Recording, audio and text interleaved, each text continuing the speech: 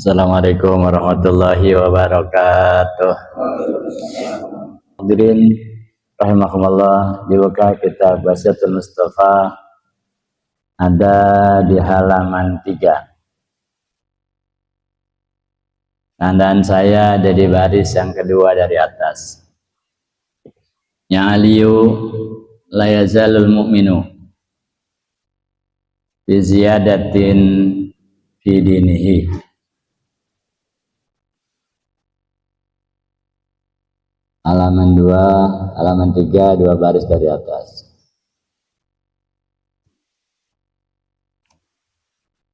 Kalau udah dapat, ambil berkah, kita baca. Bismillahirrahmanirrahim. Qala radhiyallahu anhu. Qala an-nabiyyu sallallahu alaihi wasallam, ya aliyu la yazalul mu'minu fi ziyadatin fi dinihi ma lam yakul al haram wa man faraqal ulama mata qalbuhu wa amiya anta atillahi ta'ala. Wallahu a'lam. Satu dulu, kalau masih ada waktu kita lanjutin hadis yang kedua. Bismillahirrahmanirrahim. Alhamdulillahirabbil alamin, wassalatu wassalamu ala sayyidina Muhammadin wa ala alihi washabihi ajmain. Amma ba'du. Qala Syekhul Mu'allif rahimahullahu ta'ala wa adaman naf'a bihi wa bi barakati ulumihi wa bikum fid dharaini amin. Qala an-nabiyyu sallallahu alaihi wasallam alil Imam Malik karamallahu wajha wa radhiyallahu ta'ala anhu wa qala ya aliyu, wahai Ali, wahai Sayyidina Ali, la yazalul mu'minu bi ziyadatin fi dinihi malam yakulil haram.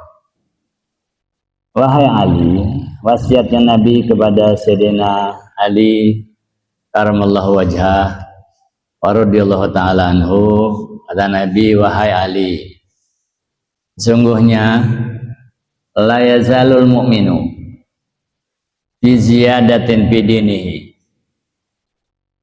selalu orang mukmin akan bertambah bidinihi, fi ta'atihi, dalam ketaatannya. Orang mukmin itu akan selalu bertambah ketaatannya kepada Allah Subhanahu wa taala.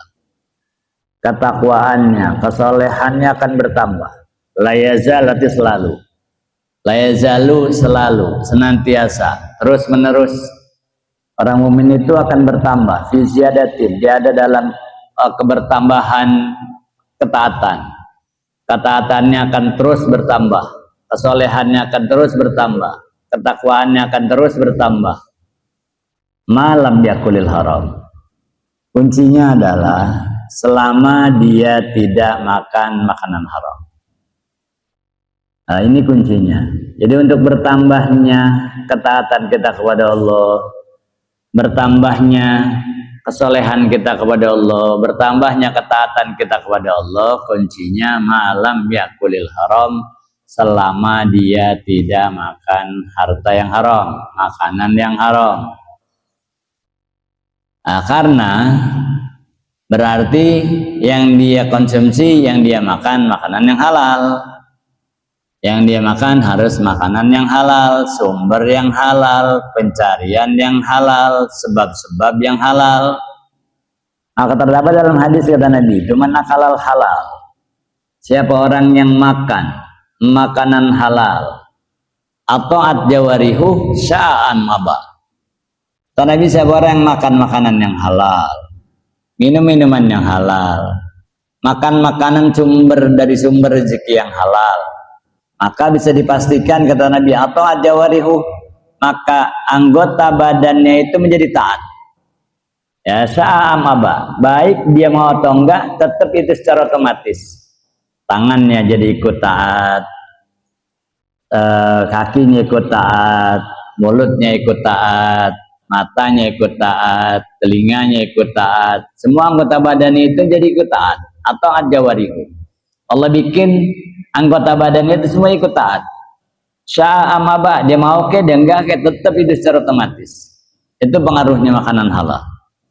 Ya, pengaruhnya makanan halal. Maka dikatakan kata Nabi itu, pesan Sayyidina Ali, orang mukmin akan selalu bertambah imannya, ketaatannya, kesolehannya, bahkan ketakwaannya, malam yakulil haram, selama dia tidak makan makanan yang haram.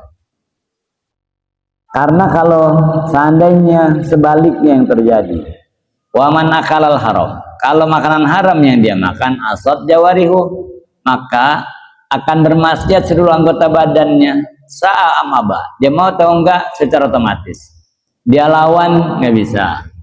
Tangannya, kakinya, matanya, mulutnya, telinganya, semua anggota badannya itu ya akan terus bermaksiat kepada Allah Subhanahu Wa Taala. Nah, maka ini pesan Sayyidina Ali, pesan Nabi kepada Sayyidina Ali.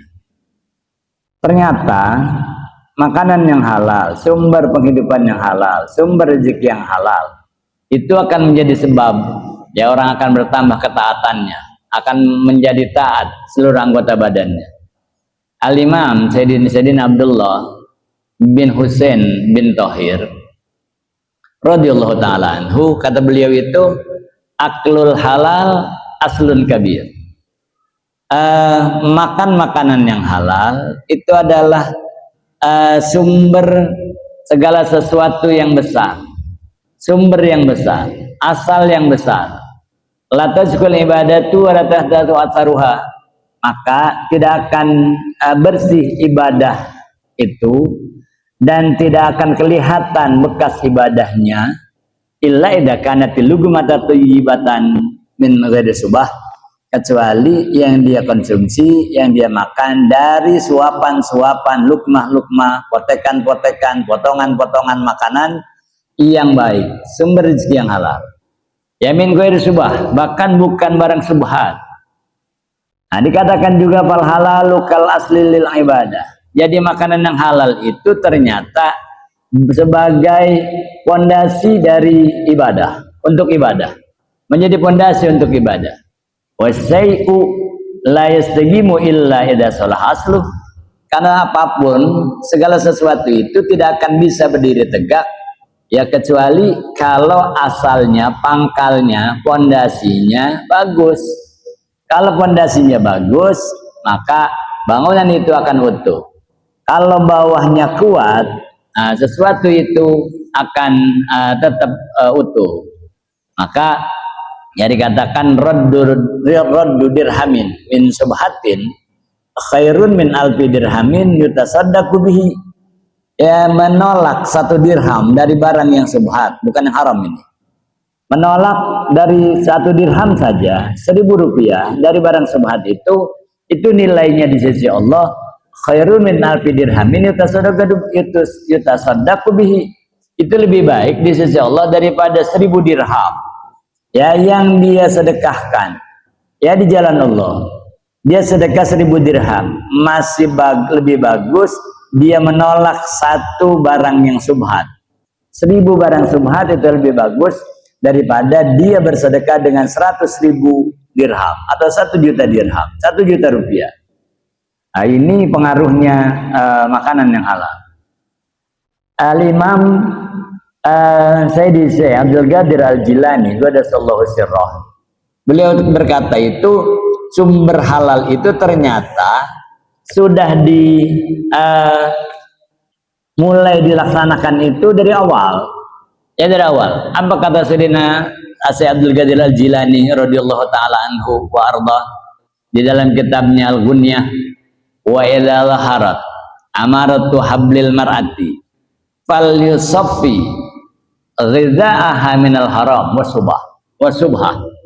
Kata beliau, kalau seorang perempuan, seorang istri, seorang ibu udah kelihatan ada tanda-tanda positif dari kehamilan, sudah mulai positif, sudah mulai ada tanda-tanda kehamilan, maka Cara yang paling mendasar dari situ sudah dimulai. Fal yusaffi ghidaaha minal harami wa subhah, maka itu perempuan harus menjaga makanan-makanan, membersihkan segala macam apapun namanya yang masuk ke dalam perutnya itu minal haram, dari sesuatu yang haram. Jadi dari sana sudah dimulai untuk membentukkan karakter janin, untuk membentukkan karakter bayi yang ada dalam perut. Itu ibu udah mulai di situ. Yang kata Syekh Abdul Qadir Al-Jilani, kalau seorang ibu udah tampak kehamilannya, sudah mulai hamil, udah mulai ngidam, maka hendaklah dia membersihkan makanannya, mensucikan makanannya, minumannya minal haram, dari makanan yang haram. Bahkan wasubhah, dari makanan yang subhah sekalipun. Kenapa begitu? Liyukhlaqal waladu ala asasin la yakunu lisyaitanu ala sabili, la yakunu lisyaitani alaihi sabil. Kata Imam Syekh Abdul Qadir Al-Jilani, itu liyukhlaqal walad, supaya membentuk itu janin, menciptakan itu anak, membuat itu anak ala asasin, atas sebuah dasar, sebuah pondasi yang layakunu lisyaitani alaihi sabil, yang setan ntar gak bisa goda dia, setan gak bisa bujuk dia. Dari sana ternyata sudah dimulai. Ya, dari sana sudah dimulai. Dan itu ya sudah sejak dini. Kalau sudah begitu, wa yadumu ala dzalika liyakhlusa huwa wa ahluhu wa waladuhu minas syaitani fid dunya wa minan nari fil ukhra. Sehingga itu akan melanggengkan ya atas kerjaan tadi, makanan yang halal, sumber yang halal, liyakhlusuhu, untuk terlepas dirinya, keluarganya, anaknya minas syaitan. Ya minas syaitani fid dunya, dari bujuk rayu setan di dunia. Ya wa minan nari fil ukhra, dan juga terhindarnya dia daripada ancaman api neraka nanti di hari akhirat. Maka kalau Allah azza wa jal, Allah subhanahu wa ta'ala itu berfirman, ya ayyuhalladzina amanu qu anfusakum. Ya, yang pertama Allah pesan itu kepada kita, ya kepada kita orang tua, ya kita suami, istri kita sebagai calon ibu. Ya, kata Allah itu qu anfusakum, jaga diri kalian. Wahai orang-orang yang beriman, jaga diri kalian, hindarkan diri kalian, pelihara diri kalian. Ya, juga wa ahlikum, dan keluarga kalian. Di situ ada istri, di situ ada anak. Ya naro, yaitu dari api neraka jahanam. Wa ma'adzalika, bersama dengan itu, yakhrujul waladu sholihan baron li abawaihi ta'ian li rabbi. Kalau sumber makanannya halal, sumber rezekinya halal, sumber pencariannya halal, wa ma'adzalika yakhrujul waladu, maka bersama dengan itu akan keluar itu janin, akan keluar itu bayi, akan keluar itu anak solihan, menjadi anak yang soleh. Baron liabawaihi, dia akan menjadi anak yang bakti kepada kedua orang tuanya. Ta'ian lirabihi, dia akan menjadi anak yang taat kepada Tuhannya. Tuh. Kenapa demikian? Kullu dzalika bi barakati tasbatil ghidza, karena itu adalah keberkahan itu bersumber daripada sumber bersihnya makanan, dari kebersihan makanan. Itu ya Syekh Abdul Qadir Jalani katakan itu dalam kitab beliau ya tentang adab nikah, tentang adab pernikahan. Karena kalau seseorang makan yang halal, itu akan memberikan terangnya hati, akan menjadikan bersihnya hati, bercahayanya hati. Karena kalau hati itu akan dia bercahaya, dia bersih, dia bersinar, maka nanti akan terpancar ke seluruh anggota badannya. Yurwa, diriwayatkan dalam satu hadis, mana kalal halala arba'ina yauman. Siapa orang yang bisa makan makanan yang halal selama 40 hari. Selama 40 hari dia jaga dirinya, ya untuk tidak makan makanan yang haram. Yang dia makan selalu yang halal, 40 hari saja. Apa kata Nabi? Nawwarallahu qalbah, Allah terangi hatinya, Allah berikan cahaya dalam hatinya. Kalau sudah hatinya terang, wa ajroya nabi al hikmah min qalbihi ala lisani, maka mengalirlah itu sumber-sumber ilmu, sumber-sumber hikmah dari hatinya yang bercahaya tadi ala lisani keluar kepada lidahnya. Ya, keluar kepada lidahnya. Bahkan dalam kitab Ihya Ulumuddin, Imam Ghazali katakan itu, ya bukan saja begitu, wa zahadallahu minad dunya, Allah berikan dia menjadi orang yang zuhud ya di dunia. Ya, menjadi orang yang zuhud di dunia. Karena lagi-lagi ini berarti menanamkan sifat-sifat kewaraan. Ya, sifat-sifat kewaraan. Nah, itu ya makanan yang halal. Maka Sayyidina Abdullah bin Umar, putra Sayyidina Umar ibn Khattab radhiyallahu taala anhu warḍah, kata beliau itu khala law sallaitum hatta takunu kal hanaya wa sumtum hatta takunu kal autar lam yataqabbalillahu dzalika minkum illa biwara'in hajiz. Sayyidina Abdullah bin Umar, apa kata beliau? Law sallaitum, kalau saja kalian melakukan sholat begitu banyak, setiap malam kamu sholat banyak, ya sampai saking banyaknya sholat itu sehingga kamu itu kurang makan, kurang minum, kurang tidur, kurang istirahat, ya kurang istirahat, maka kamu itu dikatakan takut hatta takunu kal hanaya, kamu itu menjadi seperti tiang, ya diri terus sholat terus, ya seperti tiang.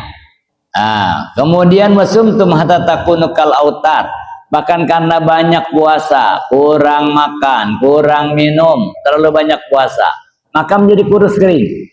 Ya menjadi kurus kal autar, seperti senar, seperti benang kenur. Ya saking kurusnya. Itu tidak menjamin seseorang itu akan menjadi orang yang diterima doanya, orang yang dikatakan waro. Ya bahkan dikatakan lam yataqabbalillahu dzalika minkum, itu semua enggak diterima oleh Allah illa biwara'in hajiz, kecuali ialah kalian menjaga kewaraan yang terus terpelihara, kewaraan yang terus terjaga, ya kewaraan yang terus terjaga dan terpelihara. Itu ya pengaruh daripada makanan yang haram, makanan yang halal. Ya makanan yang halal akan memberikan pengaruh positif ya jika saja kita menjaga dan melihara kewaraan kita. Dan makanan yang halal itu adalah bisa menjadi obat dari berbagai macam penyakit, bisa menjadi obat dari berbagai macam penyakit. Anak kata Nabi itu ta'amul halal dawa'un min kulli da. Makanan yang halal itu adalah bisa menjadi penawar, bisa menjadi obat dari apa yang kalian makan. Ya, dari apa yang kalian makan. Itu makanan yang halal akan menjadi obat. Ya, maka Sayyidina Al-Imam Syafi'i itu pernah diundang makan oleh muridnya Imam Ahmad bin Hambal. Ya, oleh Imam Ahmad bin Hambal. Beliau kenal muridnya itu Imam Ahmad bin Hambal selain cerdas, pinter, soleh, ya, sangat soleh. Dia tahu kalau Sayyidina Ahmad bin Hambal itu adalah seorang, waktu itu belum jadi imam, ya belum jadi imam mazhab, ya masih menjadi santrinya Imam Syafi'i. Imam Syafi'i salah satu muridnya adalah Imam Ahmad bin Hambal. Beliau diundang makan ke rumahnya. Di saat beliau diundang makan, ternyata Imam Syafi'i makannya banyak. Ya makannya begitu banyak. Banyak makannya. Sampai anaknya itu ngeliatin, katanya bapak suka cerita tentang Imam Syafi'i, orangnya sangat waro, orangnya sangat zuhud. Beliau seorang ulama besar, alim, ya seorang waliullah. Itu cerita orang tua ke anak. Cerita orang tua ke anak.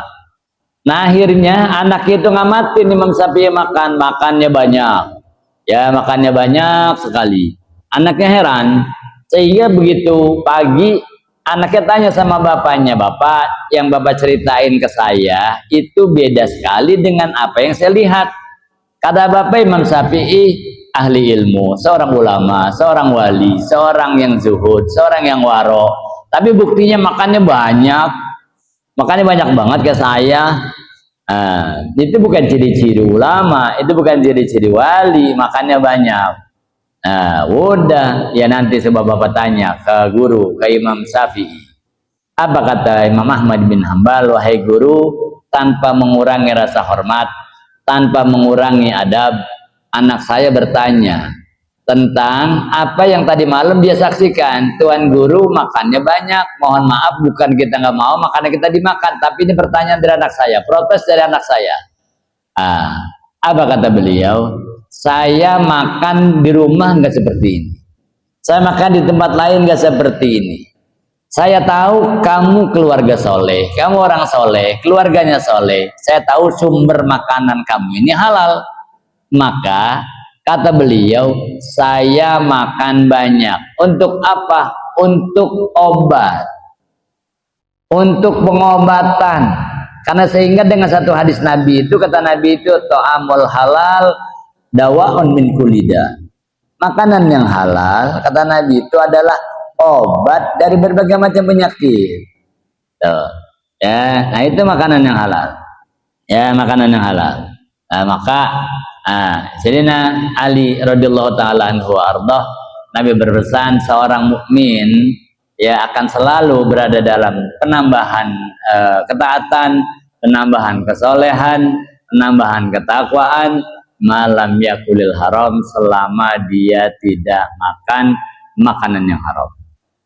Kemudian waman faraqal ulama, siapa orang yang menghindari diri dari ulama, memisahkan diri dari ulama, nggak mau nyampur sama ulama-ulama, tidak mau bergaul dengan ulama-ulama, tidak mau dekat dengan ulama-ulama. Ada Nabi itu mata kolbu, maka hatinya akan mati. Ya, hatinya akan mati. Kalau orang jauh dari ulama, maka hatinya mati. Kemudian wa amiya an taatillahi taala, maka dia akan buta daripada ketaatan kepada Allah Subhanahu wa taala. Kalau hatinya sudah mati itu ya, maka matanya buta. Ya, dia akan menjadi buta. Dia akan menjadi orang yang tidak melakukan taat kepada Allah Subhanahu wa taala. Ini ya yang terjadi. Ya, ini yang terjadi kalau orang jauh dari ulama-ulama, sudah memisahkan diri dari ulama, tidak mau nyampur dengan ulama-ulama. Kalau orang nggak mau nyampur sama ulama, itu tandanya dia tidak suka dengan ulama. Dengan garis miring, dengan kata lain, dia benci dengan ulama. Karena kalau orang cinta kepada sesuatu itu inginnya nggak mau pisah, inginnya ngumpul, inginnya bersama. Ya, inginnya bersama.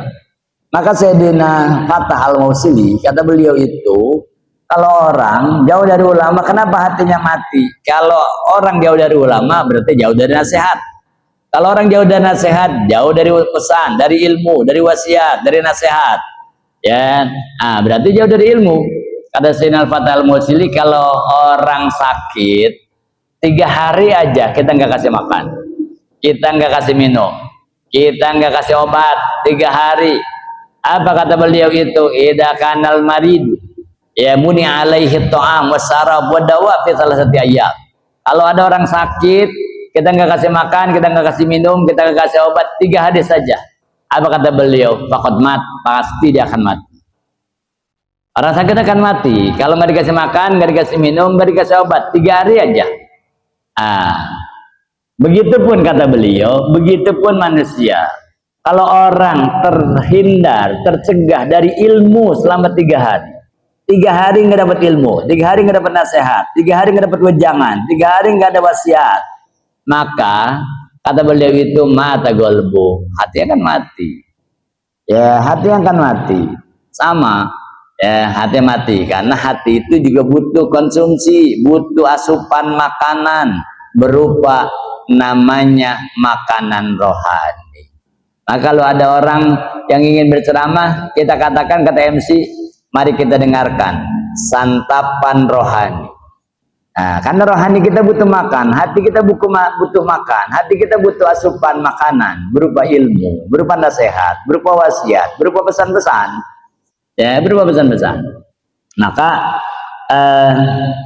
dikatakan itu orang yang mengingkari ulama, orang yang jauh dari ulama, orang memisahkan diri dari ulama. Kata ulama-ulama, qalal ulama rahimahumullah taala. Kata ulama-ulama, kalau orang menghindari ulama, ya innal wudu'a binahwi ghibatin. Ya dia menghindar dari ulama itu kalau dia nggak suka kan bisa jadi dia menggibah ulama, dia memfitnah ulama, ya dia menggunjing ulama. Benahlil ilmi min kabairid dzunub. Itu adalah termasuk bagian dosa yang lebih besar dari dosa yang lain. Ya, dosa yang lebih besar dari dosa yang lain. Jadi kalau orang udah benci sama ulama, pasti dia akan menggibahi ulama. Orang kalau udah benci sama ulama, pasti dia akan menggunjing ulama. Ya, dan harus disadari kata Nabi itu, inna fiddamil ulama samun gatil. Sesungguhnya di darah ulama itu ada racun yang akan membunuh. Ya, ada racun yang mematikan. Dan racun itu akan terkena terhadap orang yang menggibahinya, orang yang merasaninya, orang yang memfitnahnya, orang yang menggunjingnya, apalagi sampai memaki. Nah, maka dikatakan itu adalah sebuah dosa yang lebih besar daripada dosa besar. Wa fa'iluhu fasikun mardudu sahadah. Itu orang yang benci dari ulama-ulama dikelompokkan orang yang fasik. Kalau orang fasik nggak sah jadi saksi. Ya, kalau orang itu fasik, nggak suka sama ulama, nggak cinta sama ulama, jangan dijadiin saksi pernikahan anak kita. Nah, ini kan sekarang kita mau jadiin saksi nikah itu tokoh. Maaf, ya tokoh itu di kita itu ada RT, ada RW, ada mandor, ada lurah. Kalau mereka orang fasik, jangan dijadikan saksi. Kalau dijadikan saksi pernikahan anak kita, putra kita, putri kita, maka pernikahan itu nanti tidak sah. Karena saksi itu adilain, dua-duanya yang adil. Ya, kata adil itu keluar dari kata fasik. Keluar dari kata fasik. Termasuk ala walil amril mubalaghatu bitankilibi, termasuk para pemimpin, para penguasa itu yang mereka itu keberpalingan kepada ulama-ulama itu yang berlebihan, itu dihindari. Kenapa? Di Allah yakuna dari atanilah digodil ulama, karena dihindarinya supaya mereka itu jangan menjadi sebab mereka nanti melecehkan ulama, mereka nanti akan merendahkan ulama, ya akan merendahkan ulama. Nah, orang yang akan merendahkan ulama, melecehkan ulama itu mereka akan dapat sanksi itu nanti dari Allah. Ya, karena ulama-ulama itu ya banyak yang menjadi wali itu ya ulama.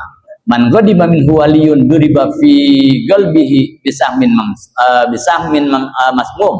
Siapa orang yang ya benci kepada wali Allah, kepada ulama-ulama, maka akan Allah letakkan dalam hatinya itu racun yang membunuh. Racun yang membunuh. Maka walam yamut hatta yufsada ya aqidatuhu. Maka itu akan merusak nanti akidahnya, fayamutu ala khasil hal, maka dia meninggal dalam keadaan su'il khotimah, akan meninggal dalam keadaan yang buruk. Nah, itu ya orang yang bersifat buruk terhadap ulama-ulama. Maka satu hadis kata Nabi itu apa itu? Wa minhum man yadkhulul jannata majjanan. Ada di antara kalian orang yang masuk surga gratis. Masuk surga nggak diperiksa puasanya, sholatnya, hajinya, ibadahnya nggak diperiksa, gratis langsung masuk, nggak diperiksain tiketnya. Ya gratis itu nggak pakai tiket. Ya masuk gratis. Siapa mereka? Siapa itu orang? Man kana fi qalbihi misqalu dzarratin min hubbil ulama. Orang yang di dalam hatinya ada cinta sama ulama itu masuk surga gratis. Kata-kata cinta, mau duduk sama ulama, datang sama ulama, ngumpul sama ulama, ya hadirin majlisnya ulama-ulama, hadirin pondoknya ulama-ulama, datengin rumahnya ulama-ulama. Orang punya cinta sama ulama doang itu masuk surga gratis kata Nabi. Ya masuk surga gratis. Tapi sebaliknya, wa minhum man yadkhulun nar majjana. Ada lagi sebagian orang yang masuk neraka gratis. Ya siapa itu? Man kana fi qalbihi misqalu dzarratin min bughdil ulama. orang yang di hatinya ada secerca sedikit saja sebesar biji atom dari benci sama ulama. Benci sama ulama yang singkat, yang pendek saja, itu akan menjadikan gratis masuk neraka kalau diperiksa tiketnya. Ya, nggak diperiksa sholatnya, nggak diperiksa zakatnya, nggak diperiksa hajinya, langsung masuk neraka gratis. Maka dulu ada seorang ulama nih padahal, ya, seorang ulama itu mengingkari satu hadisnya Sayyidina Sufyan, diriwayatkan oleh Sayyidina Sufyan Ats-Tsauri. Satu hadis dibaca kitab itu, ya beliau baca kitab, ada satu hadis yang diriwayatkan oleh Sayyidina Sufyan Ats-Tsauri. Kata beliau, Sayyidina Sufyan Ats-Tsauri meriwayatkan hadis yang maudhu, hadis yang palsu kata dia. Hadis yang palsu. Ini ulama juga yang mengatakan ini hadis palsu. Riwayat Sayyidina Sufyan Ats-Tsauri adalah seorang ulama. Udah, apa kata dia? Di saat malam beliau mutolaah, dia baca, mau nyoret itu hadis yang diriwayatkan oleh Sayyidina Sufyan Ats-Tsauri. Kebetulan tintanya habis. Besok saya beli tinta, saya mau coret nih. Ya, hadisnya riwayat Sayyidina Sufyan Ats-Tsauri. Ini bukan hadis, ini maudhu, ini hadis palsu. Udah, tidur beliau.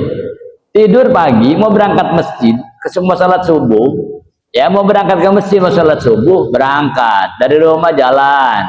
Ya, di tengah jalan itu memang di situ ada seekor anjing yang sehari-hari ada di situ. Setiap saat ada di situ itu anjing, memang dia tinggalnya di situ. Itu anjing tetap di situ. Ya, sudah. Ternyata biasanya itu anjing beliau lewat nggak pernah gonggong, boro-boro nyerang. Gonggong aja nggak pernah, bunyi aja nggak pernah, nyerang nggak pernah. Tapi malam itu anjing lagi tidur, begitu beliau lewat, bangun, gonggong, nyerang, sampai terluka. Ya, sampai terluka ulama ini. Akhirnya karena terluka, bajunya penuh darah, gabisnya penuh darah, beliau nggak jadi ke masjid, pulang. Karena bajunya sudah bernajis, pulang. Beliau merenung, dosa apa saya? Pada semalam udah wiridan, udah macam-macam sebelum tidur, tapi kok ya ini saya diserang sama anjing. Yang maaf, yang biasanya anjing nggak pernah nyerang, nggak pernah gonggong, kok ini malam ini nyerang? Pikir, akhirnya Allah ilhami. Kalau tadi malam dia punya rencana ingin mencoret satu hadis yang riwayat Imam Sufyan Ats-Tsauri. Lihat, itu buruk sangka doang sama ulama, sudah Allah azab di dunia. Ya, dia sadari itu, sudah.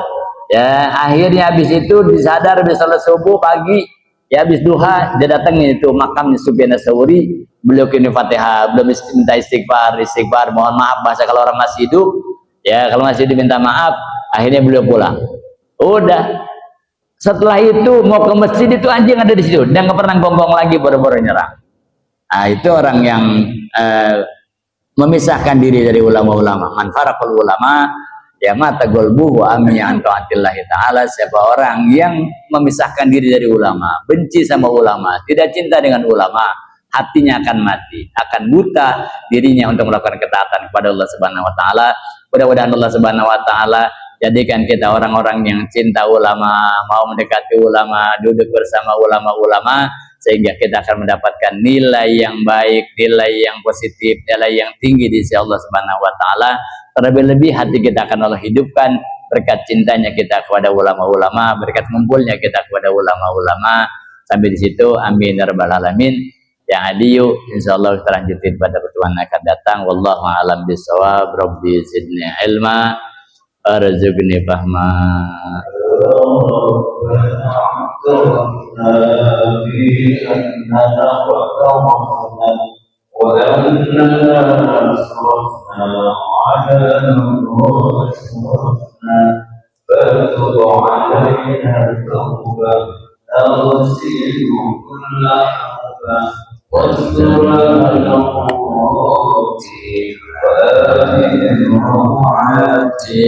Waghfir liwalidina Rabbi wa mauludina wal ahli wal ikhwan wa sairil khillani wa kulli dhi au jiratin au suhbah wal muslimina ajma'in amin rabbi asma fadlan wajudan la biktisabim minna bil mustafa rasuli bahwa bikulli suli salla wa sallam rabbi alaihi addal wal ali wal ashabi aidadata sisuhbi walhamdulil ilahi bil badi wat